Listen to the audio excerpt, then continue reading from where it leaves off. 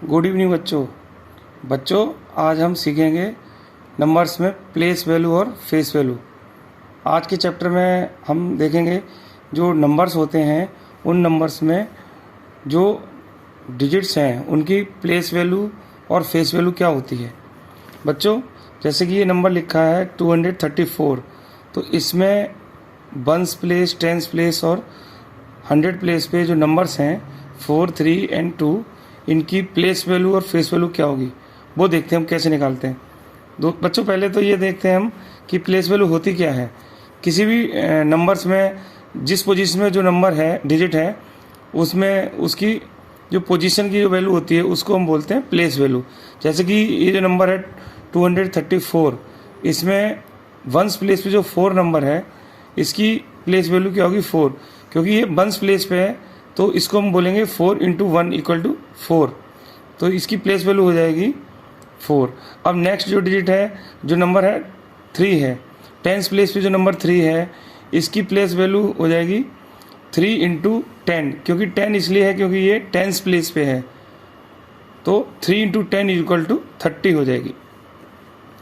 बच्चों नेक्स्ट जो है 100 प्लेस पे जो डिजिट है वो 2 है, तो 2 × 100 = हो जाएगा 200, तो place value of 2 will be 200।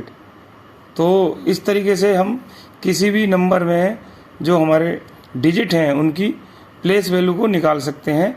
तो हमें प्लेस वैल्यू निकालते समय ये ध्यान रखना है कि वो जो डिजिट है वो किस प्लेस पे है, वो जिस प्लेस पे है उस प्लेस की वैल्यू को मल्टीप्लाई कर देंगे उस डिजिट से, तो वो प्लेस वैल्यू निकल आएगी।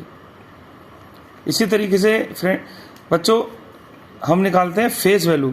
अब अगर इसी सेम नंबर की बात की जाए जिसमें 234 है, तो इसमें अगर हम फेस वैल्यू निकालेंगे, वंस प्लेस पे 4 है, उसकी फेस वैल्यू क्या होगी।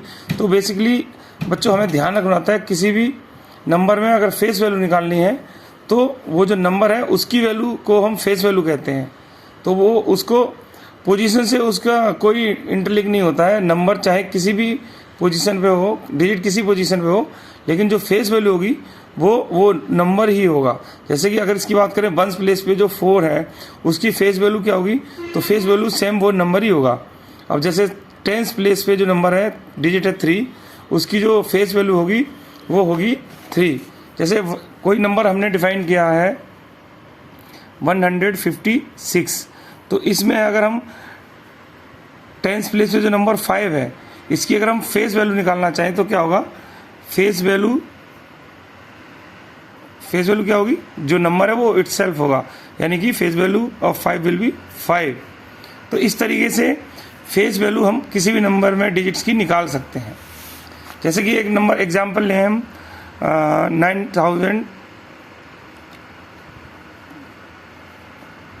920, तो अगर जो वंस प्लेस पे हमारा डिजिट है 0 है, इसकी फेस वैल्यू क्या होगी। तो बच्चों फेस वैल्यू नंबर इटसेल्फ होता है, इसलिए इसकी फेस वैल्यू हो जाएगी 0। तो उस फेस वैल्यू से पोजीशन का कोई लेना देना नहीं होता है, तो फेस वैल्यू हमेशा जो नंबर है वही नंबर रहता है।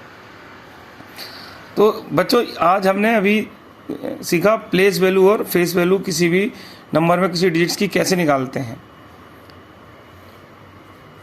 इस तरीके से हम कोई भी नंबर होगा उसकी प्लेस वैल्यू और फेस वैल्यू निकाल सकते हैं। बच्चों अगला चैप्टर जो है वो रहेगा expanded form and short form. तो एक्सपेंडेड फॉर्म क्या होता है एंड शॉर्ट फॉर्म क्या होता है वो हम बताते हैं।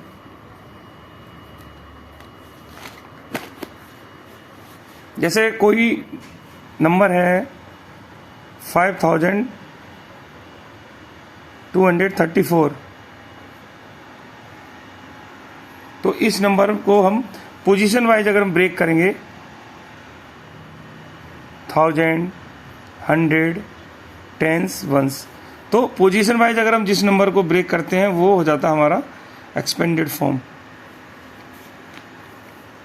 यानी कि 5200 3 tens and 4 ones। इसको हम इस तरीके से लिखेंगे, इसकी पोजीशन जो वैल्यू है वो है 5200 3 10s 4 1s, शॉर्ट में लिखा हुआ है। तो इस तरीके से हम इसको एक्सपेंड करते हैं किसी भी नंबर को, ये उसकी एक्सपेंडेड फॉर्म हो जाती है। इसको हम एलेबोरेट करके भी लिख सकते हैं 5200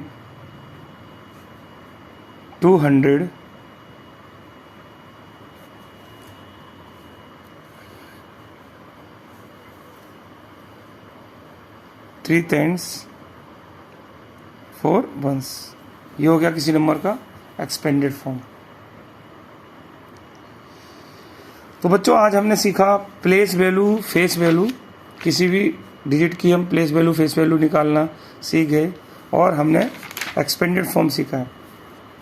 बच्चों आज के चैप्टर में कोई भी डाउट है तो आप कमेंट करके पूछ सकते हैं। कोई भी बच्चों को किसी भी तरीके की डाउट है वो मैं आपके जो कमेंट्स आएंगे उसके ज़रिए मैं आपका आंसर दूंगा। तो बहुत बहुत धन्यवाद बच्चों, आज का चैप्टर जो था उसको सीखने के लिए। कल हम एक नए चैप्टर में मिलेंगे। थैंक यू बच्चों।